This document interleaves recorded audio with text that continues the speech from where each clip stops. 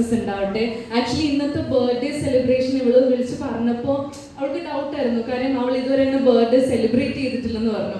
അപ്പോൾ എനിക്ക് ഭയങ്കര ഒരു എന്താ പറയുക, എങ്ങനെയെങ്കിലും ഇത് സെലിബ്രേറ്റ് ചെയ്യണം, അവളുടെ ഇന്നത്തെ ഒരു ദിവസം അടിപൊളിയാക്കണം എന്നുള്ള ഭയങ്കര ആഗ്രഹമായിരുന്നു. നീ കേൾക്കുന്നുണ്ടോ ഞാൻ പറയുന്നത്? ഞാൻ കേൾക്കുന്നുണ്ട്. ഓക്കെ, അങ്ങനെ ഭയങ്കര ആഗ്രഹമായിരുന്നു. സോ ഞാൻ അങ്ങനെ പറഞ്ഞ് മോട്ടിവേറ്റ് ചെയ്ത് അങ്ങനെ നമ്മളുടെ ഈ ബർത്ത്ഡേ സെലിബ്രേഷൻ ഡേ നടക്കാൻ പോകുന്നു.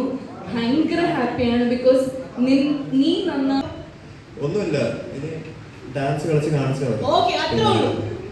അതാണ് ഞാൻ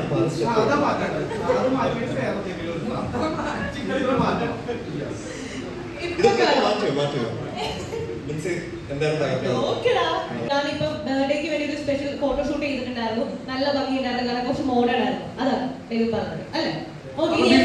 അടിപൊളി. ബിൻസിയുടെ ഡ്രസ്സിംഗ് ഒക്കെ എനിക്ക് ഭയങ്കര എന്താണ് പുറത്തിറങ്ങിയിട്ട് കാണാൻ പറ്റും. ബിൻസി ഒരു കുറച്ചാളൊക്കെ അവിടെ ഉണ്ടായിരുന്നെങ്കിൽ ഡ്രസ്സിംഗ് ഒക്കെ നമുക്ക് കാണാറുണ്ട് അല്ലേ? കാരണം എന്താ പറയാ, പിന്നെ ഇപ്പൊ ബിൻസി ചെയ്യുന്ന എല്ലാ പരിപാടിയും നമ്മള് എല്ലായിടത്തും ഉണ്ട് ബിൻസി. കുറെ പേരെ നമ്മൾ അറിയില്ല എവിടെ ഉണ്ടെന്ന്. അതുകൊണ്ട് ബിൻസി എവിടെ ഉണ്ട്, എല്ലാം ഒമ്നി പ്രസന്റ് ആണ് ബിൻസി. അപ്പൊ all the best Binsy, many more happy returns of day. Thank U.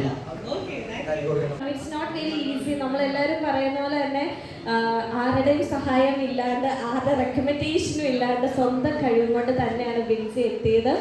Thank you so much. And ബിൻസിയുടെ ഞങ്ങൾ ബിൻസിനെ കാണുന്നത് എപ്പോഴും ചിരിച്ചിങ്ങനെ ഇരിക്കുമ്പോൾ ബിഗ് ബോസിൽ ചെന്നപ്പോൾ ആ ചീത്തോടെ ബിൻസിനെ വിളിച്ചു, ബിൻസിയുടെ നീ ഇങ്ങനെയൊക്കെ സംസാരിക്കോ?